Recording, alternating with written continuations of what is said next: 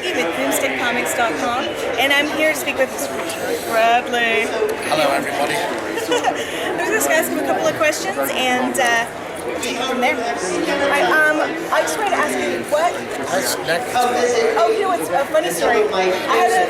Cameron needs to come and sing his neck. Jake somebody's eyebrows, and this woman wasn't wearing her glasses, and she's looking at my necklace, and she goes and she grabs Pinhead, and she's like, "Is that your husband?" Oh, okay. I was like, no. Could be an interesting marriage. Marriage made in hell. Yes, I think so. Okay. So, what was your favorite part? You've worked in a couple of the movies. What was your favorite part of working in the movies, or what was one of your favorite scenes in the movies that you really enjoyed? Of all the Hellraiser movies? Wow, there was a lot of them. It was a Lots, really. I do. One that always stood out was the scene in Hellraiser 3. You're not together. When Joey comes back to the nightclub after Pinhead has laid waste to the nightclub, Joey finds her way back to the nightclub, and she goes into the room where Pinhead has set up the audience of death as courtroom.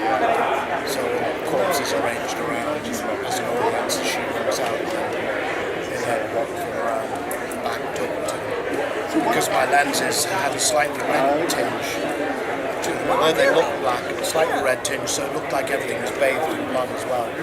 So the atmosphere was all there. And one other I always reference that I wasn't in, but I watched happen was a long setup for Andy Robinson for the final shot of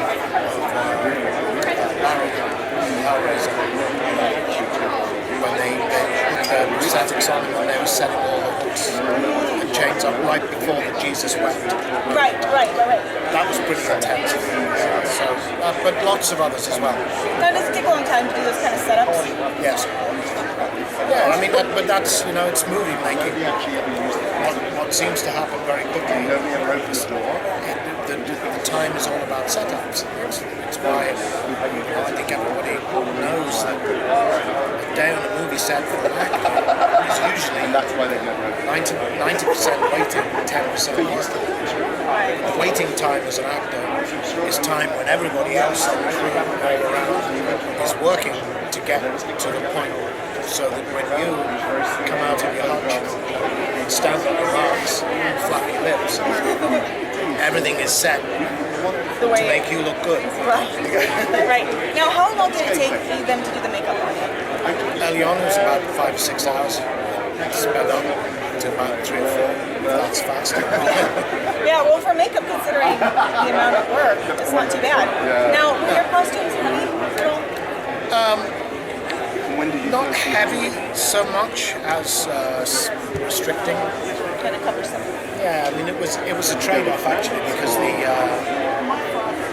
the costume in the first movie was, which is this version,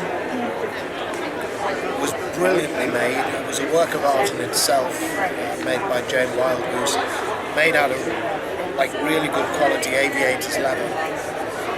And it was a song and a dance to get into it, because I had a leotard underneath that had the exposed chest and stomach pieces attached to it.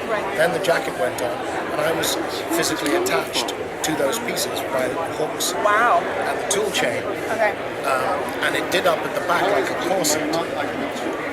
So you were in there. So I was in there. It looked fantastic, and it never looked that good again. But it was a pig to wear and a 3-ring circus to get in and out. Leather is hot. In subsequent versions, this is the last version.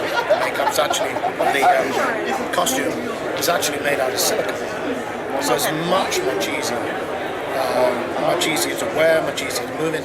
Plus, it meant I could take it off easily and quickly between shots, which was a godsend for me. But it never looked as good. Yeah, I mean that texture of the leather is always nice. Now, is there any projects that you're working on now, or would you do another Hellraiser? Never say never, they say. It's 12 years since I last had the latex and the pins on. I'm still working. There are scripts I'm looking at the moment, but working on anything right now? No. My project at the moment is my new puppy. Oh, what is his name? Ziggy. And what is it? What kind of dog is it? He is a purebred German Shepherd. You know, I heard German Shepherds are so sweet and very protective. Well, he is 11 weeks old, so protective I don't know about this one. But he has the most fantastic temper. You can see it already in his smile. So. That's great. Well, that's all I have for you. I just wanted to ask you a couple of questions. Once again, this is Maggie from Comics, and thank you so much for coming. You're very welcome. Have a good day.